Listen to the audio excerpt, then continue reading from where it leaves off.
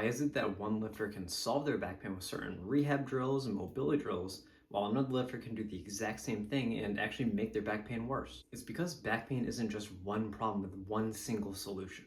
Every single lifter has different limitations in their strength, flexibility, stability, mobility, all these different parameters. And when they don't know what their actual limitations are, they just end up wasting their time doing a bunch of random rehab drills from the internet that may or may not actually address what they even need addressing in the first place. In this video, I'm going to walk you through the exact assessment process that we use with our clients with back pain so we can figure out what they need for their rehab work so that you can do the same thing and come with a plan that's made for you. The first thing that's really important to know is that this is the overall framework that we use for our assessments for our clients with back pain. The exact tests that we have them do are going to differ slightly based upon the type of lifter that they are, what their injury and training history is like, and what their goals are. But this will give you a really good understanding of the big picture things that we like to assess when we're dealing with clients with back pain so that we can help them actually figure out what they need to work on. So obviously the first step to assess when you're dealing with back pain is the actual lumbar spine itself. So the first thing is we take our clients through a movement assessment of their lower backs. And when we're doing a movement assessment of the lumbar spine, we're looking for a couple of different things.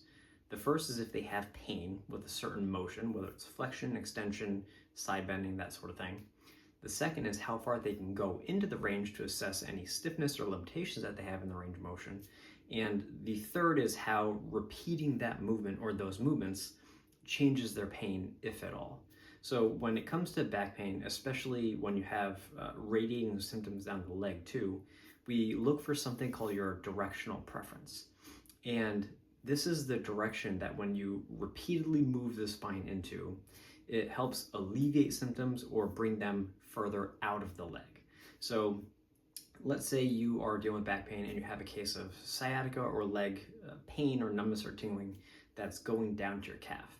And we do one of these movements, we repeat them for about 10 reps, typically speaking, and the pain is no longer going down to your calf, it's now just going down to your mid-thigh. This means that those symptoms are moving up out of the leg, and that's what we call centralization, which means that things are moving in the right direction. We want the symptoms from the legs to come out of the legs and come closer up to the spine itself. And if we're doing that, then we know that we're actually doing things that we need to help you overcome your pain and injury. On the other hand, let's say you have back pain that radiates down to about your knee, and we do one of these motions, and after 5 or 10 reps, the pain is radiating further down the leg, so down to your calf or down into your foot. That's what we call peripheralization, and we want to avoid that. If we're doing that, then it likely means that the nerve or nerve root is becoming a little bit more irritated through the repeated motion, and that's just going to make it last a little bit longer, the symptoms would be a little bit more severe, and you're basically just aggravating the nerve, and that's not what you want to do when you're trying to resolve back pain or leg-related symptoms due to back pain. So when we're checking for the directional preference, we do this through a repeated motions exam.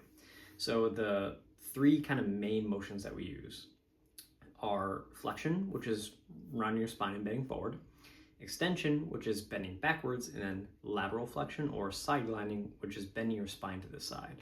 So we're going to start with flexion first. When we're assessing this, typically I like to have my clients just standing nice and comfortably. I usually have them put their feet together, keeping their knees mostly locked out, and then having their hands resting gently on their quads. And then from there, I just have my clients around their spine, try to go down as far as possible. And when we do this, we look for a couple different things. One, how far down can you go? Ideally, you can touch the ground with your fingertips. Two, does it cause any pain? And then after that first rep, we have them repeat the motion for 5 to 10 reps, and we see if their range of motion improves, and if their pain gets better or worse, and if the symptoms radiate further down the leg, come up out of the leg, or if they stay the same. If doing repeated flexion helps alleviate pain or cause those leg symptoms to travel closer to the spine and up and out of the leg, then that is that person's directional preference, and we would dose in flexion-based movements like cat camels, seated Jefferson curls, standing Jefferson curls throughout the day because their spine likes flexion. On the other hand, if they're doing that flexion motion and we repeat it for a couple reps and the pain is getting worse or symptoms are traveling further down the leg, then we temporarily avoid that flexion position. We try to minimize how often they're in that position because that is an aggravating position for their back. The next motion is extension. So again, I like to keep my clients standing for simplicity's sake, and I just have them put their hands on the hips, feet together, knees mostly locked out, and then they just arch backwards as far as is comfortable. We're again looking for pain, how far they can go, and what repeated extension does to their symptoms. Typically speaking, this one's a little bit different. We're usually looking for about 30 to 40 degrees of motion, so you should be able to bend decently far back. And then again, we do 5 or 10 reps of this motion. We see if that makes the pain better or worse or no different. And then if that pain changes the location of the symptoms. If it brings them up out of the leg, then we dose an extension through press-ups, standing back bends, that sort of thing throughout the day. And then if it's going further down the leg, then we try to avoid that extended position because that is what is aggravating the back. And then the last motion is lateral flexion or side gliding.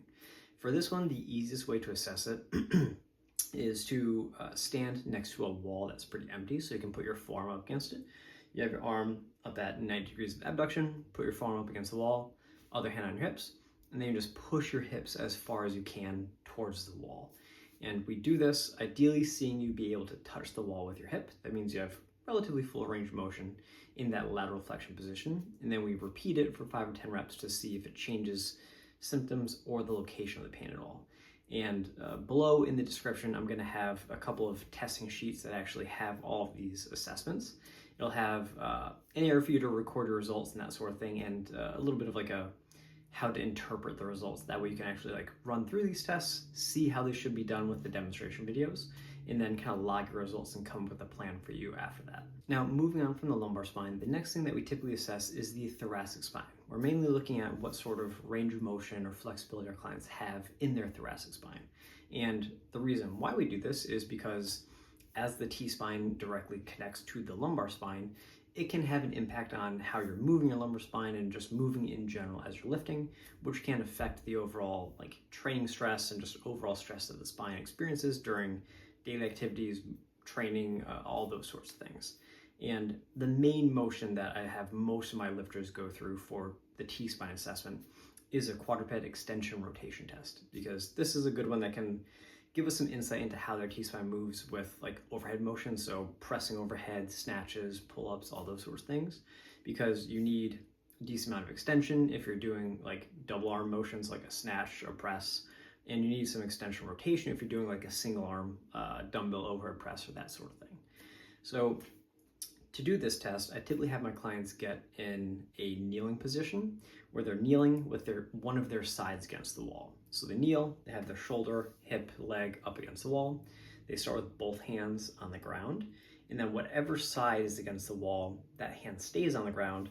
They put the other hand behind their head, and then from there, they just try to rotate back and touch that free elbow to the wall behind them. Ideally, what we see is about 45 degrees of rotation, meaning that they should be able to get almost to the wall, but probably not quite. And if you're like really far away from the wall, definitely less than 45 degrees, then working on your thoracic spine mobility is probably a good thing to do to improve your overall mechanics while you're lifting. Now, the next part of the movement assessment is a shoulder flexibility assessment. And similar to the thoracic spine, we assess shoulder flexibility because a lot of the lifters that we work with have some level of overhead demand in their training, whether they're CrossFitters, Olympic weightlifters, even powerlifters, or just like general strength training individuals who do strict press, pull-ups, lat pull-downs, all these sorts of things. If you're really limited in your overhead or in your shoulder range of motion, then you're probably going to be putting yourself into like, not bad positions, but positions that place a little bit more stress on your spine when you're lifting. So if you're going to do like a strict press and you are lacking a lot of shoulder flexion range of motion, then you're going to probably arch backwards so that you can get the bar fully overhead, but that requires a lot more motion and a lot more demand of the lumbar spine, which can aggravate things if you're already dealing with back pain, or possibly predispose you to aggravating it enough to become injured in the first place. So the two tests that I typically have most of my clients do are a seated shoulder flexion against the wall, and then a seated external rotation against the wall, because these will have the biggest carryover to the overhead positions that most lifters get into while they're lifting. So for both these tests, you're going to sit on the ground fully with your back against the wall, and I like to cross my legs in front of me. That way you take any hamstring flexibility limitations out of the equation, and you can really much more hone in on the true shoulder flexibility itself. So for the seated flexion test, you're sitting in that position, you have your arms out in front of you with your palms facing down. You just raise your arms all the way up overhead, trying to touch the wall behind you with the back of your forearms. The two kind of big things that we're looking out for is one, making sure that as you raise your arms up overhead, you're not also arching your back off the wall. So you want to keep the back of your head, your upper back, and your lower back against the wall the whole time. That'll just be a little cheat that a lot of people with limited shoulder range of motion use. And then the other thing is many people will also kind of cock their wrist back so that they touch the wall sooner, even though they can't quite get there with their true shoulder range of motion. So make sure your wrist is in a neutral position, your back stays against the wall, and try to touch the wall with your forearm, with the back of your forearm. If you can relatively easily touch the wall, then you pass for this test. Your overhead range of motion's probably more than enough to do whatever lifting that you want to be doing without placing a lot of undue stress or extra motion on the lower back. If you can't quite reach it, then working on your lat flexibility and overhead mobility is definitely a good idea. Similar to this is the seated external rotation test. And you start in the same position. This time you bring your arms up so that your elbows are in line with your shoulders, and you keep your wrists nice and neutral so you don't arch back just like the other one. You try to rotate your hands so that your forearms again touch the wall behind you. This is a bit of like a secondary test that's good to look at external rotation range of motion, which has an impact in your overhead mobility, mainly more so for people who are doing snatching, other kind of like more Olympic weightlifting specific movements, because you will need a little bit more external rotation, whereas with just strict overhead pressing, you need a little bit more just pure flexion for the shoulder. So similar to the seated flexion test, a passing score or just like a pass for this test is that you can get the back of your forearm comfortably against the wall behind you without having to cock your wrist back and without arching your back to be able to touch the wall. The next component of the lumbar spine or low back movement assessment that we take our clients through is the hip flexibility assessment. Similar to the shoulder and thoracic spine mobility or flexibility assessments, we look at hip flexibility because that will have a large impact on the overall motion that's required of the spine when you're lifting, as well as the overall stress that your low back experiences when you are lifting. In things like squats, cleans, snatches, your hip flexibility may play a big part in how efficiently you can get into those positions. And if you're really limited in your hip flexibility, then getting to full depth in those different movements or being able to like complete the task of those exercises might require that you have more low back rounding or extension. It might just change how you move in order to complete the lift.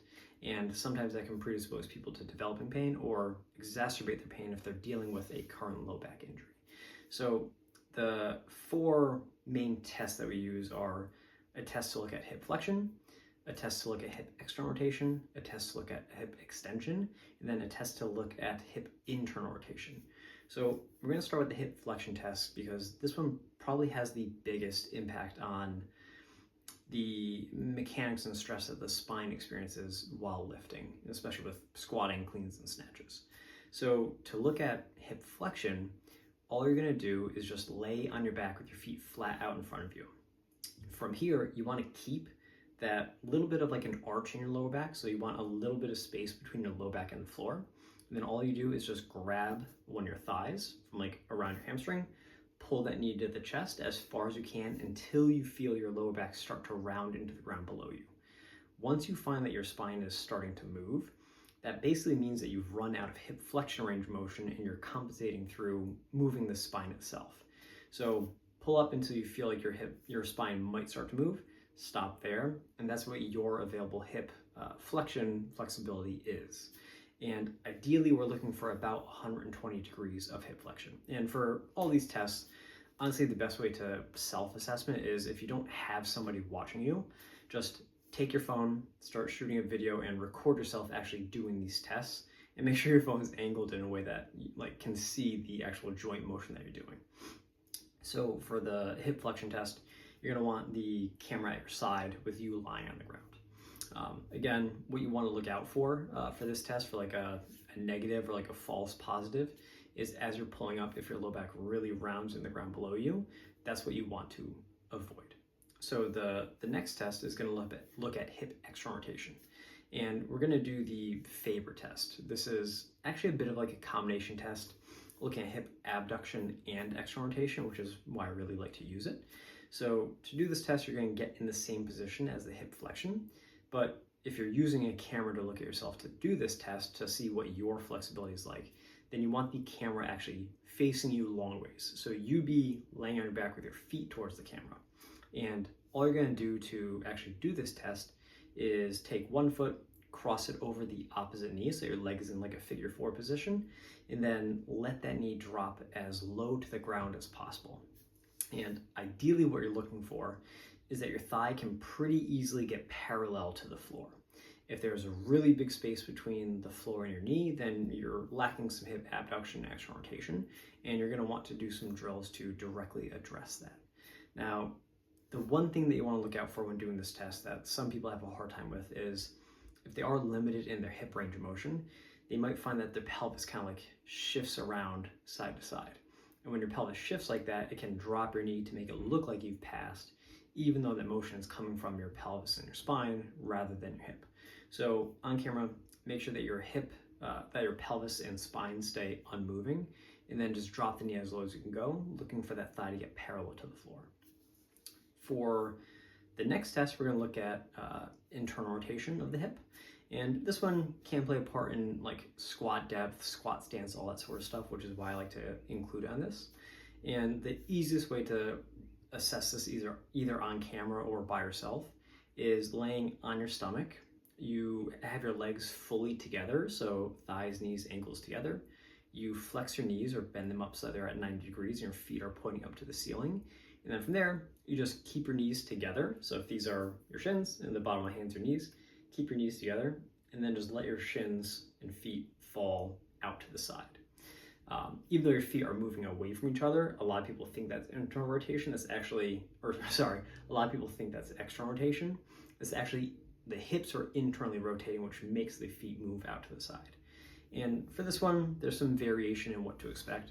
So for most people, we look for between 30 degrees on average, maybe up to 45 degrees overall. So if you're significantly less than 30 degrees, then you know that you probably need to work on your hip internal rotation range of motion.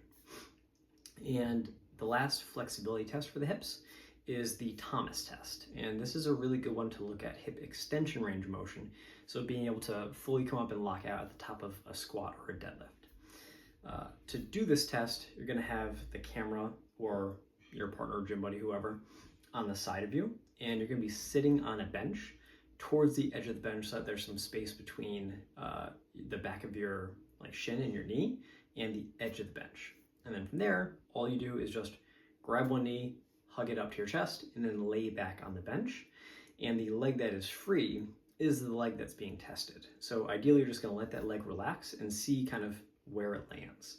If you have adequate flexibility in your hip flexors and a good overall hip extension range of motion, therefore, then what you should see is that that leg really doesn't move, or it stays kind of flat on the bench in contact with the bench. What you'll see is if you do have tight hip flexors or you're just lacking hip extension, then that knee is going to pop up a little bit, and there's going to be a space between the bench and the bottom of your thigh. Now, if this is the case, there can be a couple things that are affecting that or causing that limitation in hip extension. The first one could be the actual hip flexors themselves, so the iliopsoas, and the other could be your rectus femoris, which is one of the 4 quad muscles, and it's the only quad muscle that actually attaches above the hip. So it does have an impact on your hip mobility.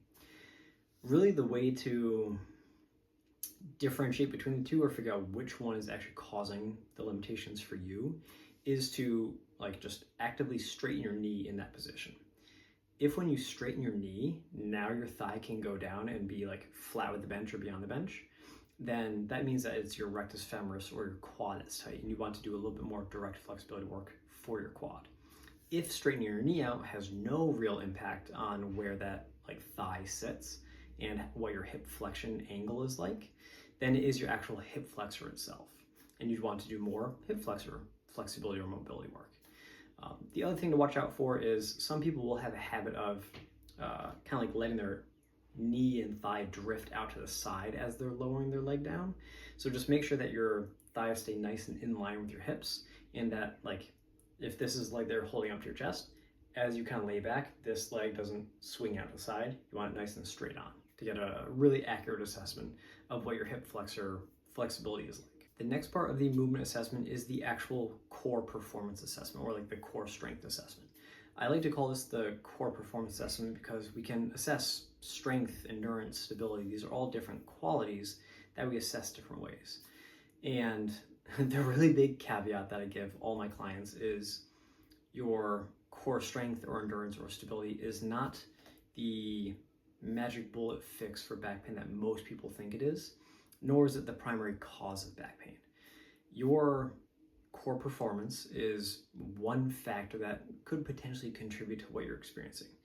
The other thing to note is that once somebody does have back pain, especially if it's been going on for a while, that can affect how well you perform on this test, because pain will limit your movement, it'll limit your strength output. So because of that, it might cause you to test a little bit weaker than you actually are.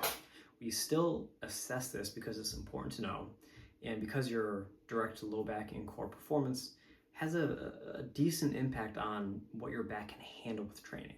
If your low back lacks a ton of strength or endurance, then when you do heavier squatting or high rep deadlifting or just tax your back harder with barbell training, it's probably not going to be able to keep up with the demands of the training that you're asking for, and therefore you're a lot more likely to experience really significant technical breakdown and potentially just aggravate your back more. So we like to assess low back endurance or strength directly, as well as the oblique performance, like performance of your oblique muscles through the side plank endurance test and a Pallof hold endurance test. The side plank to look at like lateral flexion, and the Pallof hold endurance test to look at rotation. So to look at the direct low back performance or the low back endurance, we do the Sorensen endurance test. Ideally, you're going to have a GHD. If you don't have a GHD, you can absolutely use a bench where you kind of hook your heels onto the bench. But the big thing is that the edge of the GHD or the edge of the bench is directly under your lumbar spine. So you don't want it below your hips, because then it's going to take a lot more of your hamstrings and glutes into account. You want that pad or the edge of the bench situated a little bit higher up on your like actual abdomen. That way, let's say this is the edge of the GHD and this is the middle of your lumbar spine. You want it right here. That way it's really your spine that we're looking at and not your hips. So all you do, you set yourself up on the bench or the GHD. I like to have my clients cross their hands over their chest just to make it nice and standardized. And then you have them get into a neutral spine position where they're using the lower back musculature to hold themselves in that position against the resistance of their body weight. And from there, all you do is just time yourself and see how long you can maintain that position before you start to see that your spine is rounding forward and you're losing that neutral spine position. Ideally, what we want to see is a minimum of a 2-minute hold, so 120 seconds. That's kind of like bare minimum that I have my clients shoot for. In an ideal world, we want to see 3 minutes plus, because this is actually indicative of better low back endurance. So the higher the score is above 3 minutes, then the more endurance you have, and therefore the higher overall performance that your low back probably has, and can therefore keep up with the demands of the training that you actually want to be doing. The next two, the side plank endurance and the Pallof hold endurance, are more so looking at the endurance and performance of the oblique musculature, but in 2 different movements. So side plank, again, looks at side bending, Pallof hold looks at rotation. And with these, we're not looking for a given amount of time, like being able to hold each position. What we're looking for is larger differences or asymmetries in side-to-side performance. So for the side plank endurance, you're just getting into a side plank, forearm on the ground, I typically have my clients go with their knees straight and their feet as kind of the pivot point. You can also bend your knees and go from just your knees to your forearm if it's a little bit too challenging. And you're just timing how long you can hold that neutral spine position in that side plank body position. And you're looking at what is the level of difference side to side. So you get the time that you can hold it for each side, and then you see what that percentage difference is. And you just do that by dividing one side, the time, by the other side.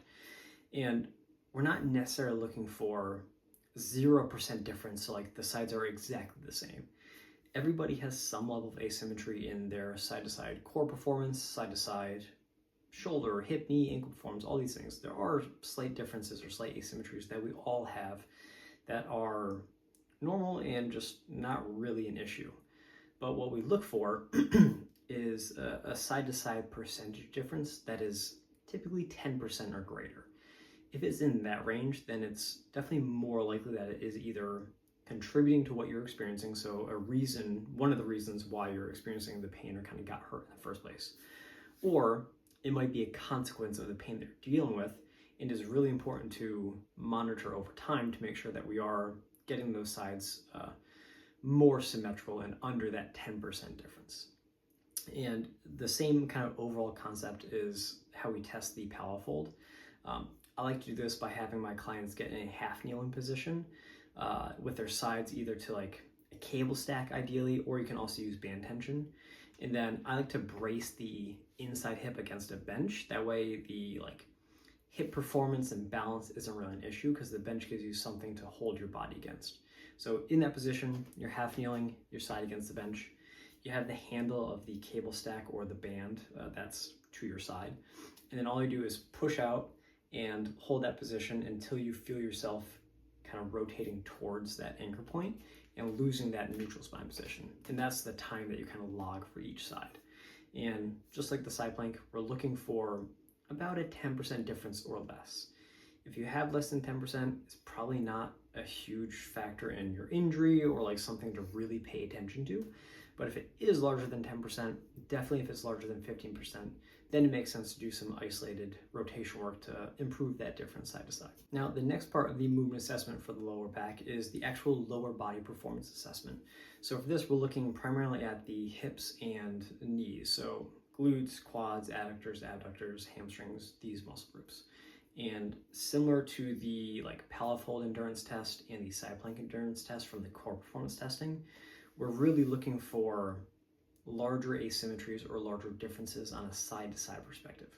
We don't really have a ton of good data that shows like you should be able to do X amount of weight for single leg hip thrust 5 rep max or that sort of thing, and that really correlates with back pain or injuries or anything like that. Really, we're looking for those side-to-side differences because if you are a barbell athlete, a powerlifter, CrossFitter, or Olympic weightlifter, and you have really notable differences in your hip or knee performance one side compared to the other, then that's likely going to change like how you're lifting, the mechanics of lifting, how you're stressing your spine during your regular training, which can have an impact on the pain and injury that you're dealing with. So the 4 main motions I test in the vast majority of my clients are a single leg hip thrust, either 5 rep max or 10 rep max, depending on how severe their pain is, to look at posterior chain performance, a Copenhagen plank endurance or rep max test to look at your adductor performance, a reverse Copenhagen plank, either isometric hold or rep max test to look at abductor performance, and then a single leg extension 5 or 10 rep max to look at side-to-side quad performance. So they're pretty similar. Again, looking for 10% or less differences. Anything 10% or above, definitely 15% above differences side to side is something that should be addressed. And one of the more important things that we look at is, because these are tests that you're doing kind of on your own, you want to do what you can to standardize each rep so that it can be as accurate and just similar rep to rep to rep. That way you're not having big fluctuations in the performance of a rep, which can kind of skew the results of the test. So for most of my clients, when I'm having them do these tests, I have them use either a 2-0-2 tempo or a 3-0-3 tempo. And I have them find that like 5 rep max, 10 rep max, or just like body weight rep max for the Copenhagen work, using that tempo, because that can really help make the reps a lot more standardized so that there isn't this like wild difference where you're doing regular speed or like regular tempo reps on the right side for a single leg 10 rep max hip thrust.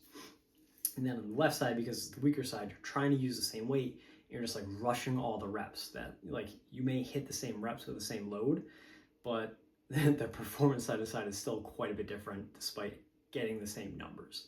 So choose one of those tempos, really stick with it, and you can use like a metronome app on your phone or just kind of count in your head, which might be a little bit more tricky, but it's a little bit more convenient. And make sure that you're using those tempos as you do these tests. Now, the last kind of main component of the low back testing that we have our clients do is looking at neural sensitivity or neural testing. And we don't really do these in all of our clients. If you're just having back pain itself without any radiating hip or leg pain, numbness, tingling, pins, needles, any of those symptoms that are actually traveling out of the spine down to the pelvis, hip, or leg, then you really don't need to do these tests. If you are having symptoms that spread down the leg, then doing these tests can give us a little bit of good information.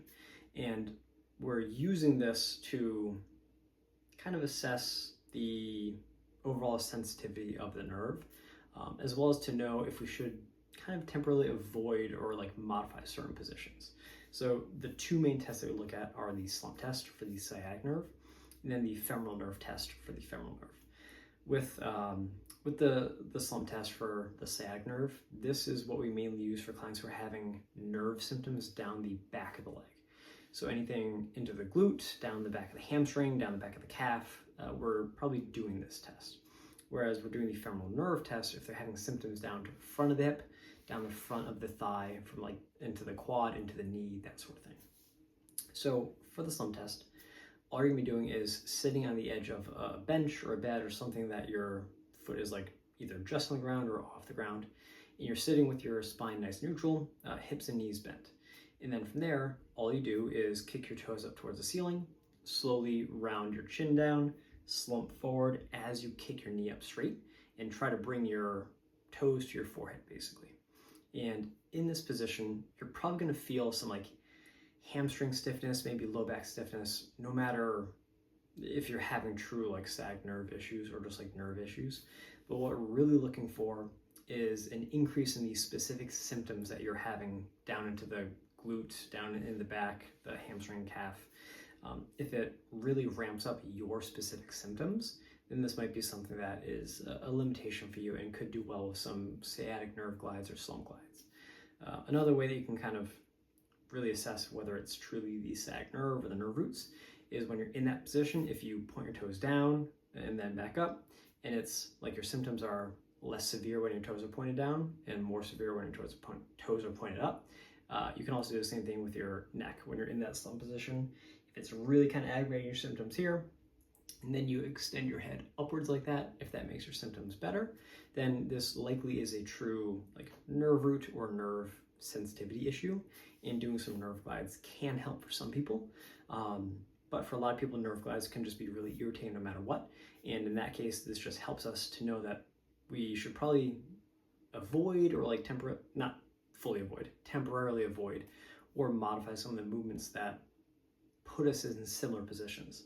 So things like seated hamstring curls, seated leg extensions, bent over rows, positions or lifts that really mimic the like overall body position of this test very well may just continue to flare up a little bit more, especially if you're training them hard. So choosing different variations like some sort of like other seated chest supported row where your knees are bent, a prone hamstring curl, doing different quad work like reverse Nordics or sissy squats might be a better option. And then for the femoral nerve, all you're doing is lying on your stomach, and this one is typically done by having somebody push your heel to your butt. So if you're trying to do this by yourself, the easiest way to do it is to like loop something around the bottom of your shin and then use your hands to grab the other end of that and pull your heel to your butt.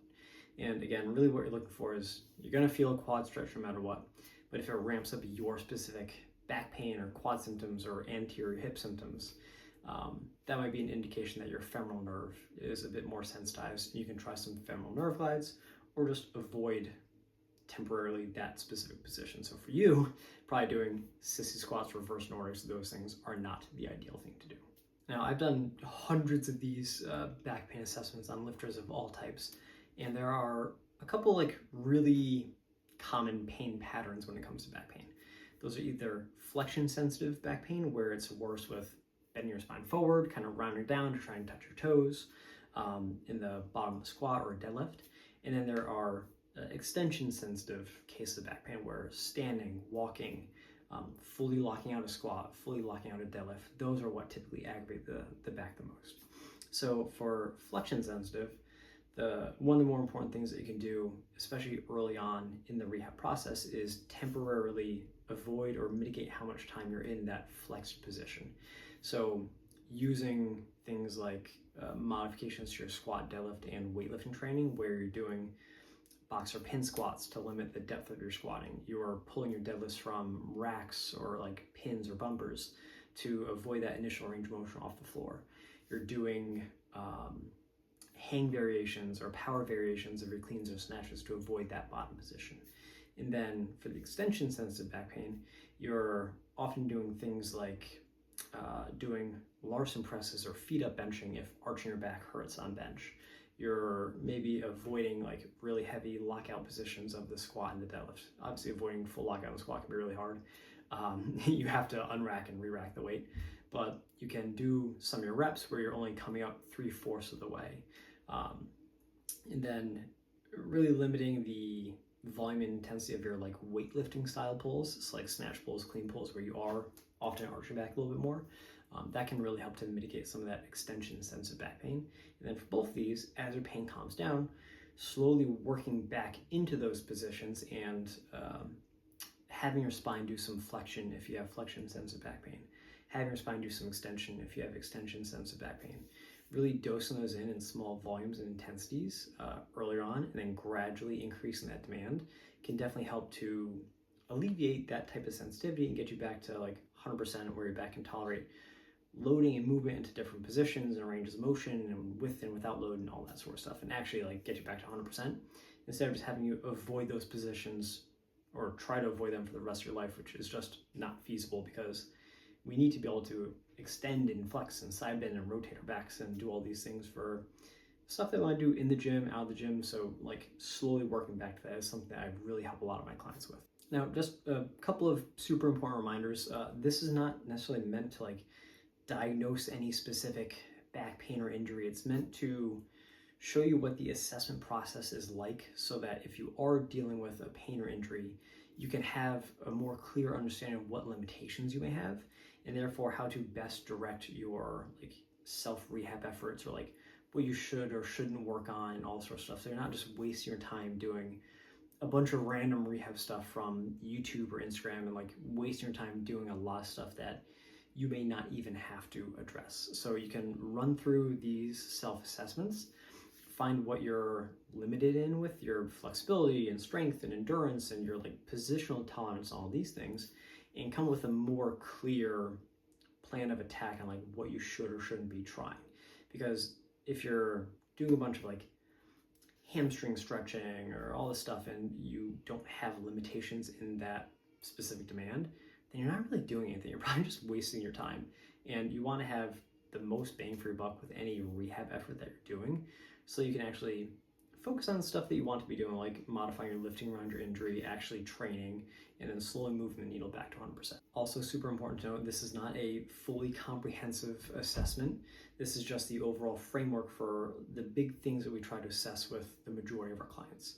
The assessments that we do for each client will differ slightly from person to person, sometimes largely from person to person, based upon their injury history, goals, training status, training style, all these sorts of things. So this will give you some really good information on big picture stuff you should or shouldn't be doing, but it's not necessarily a completely individualized assessment process built just for you. In the description below are a couple links to like Google Sheets that I made that have all these assessments in them. There should be one for the mobility stuff, one for the performance assessment.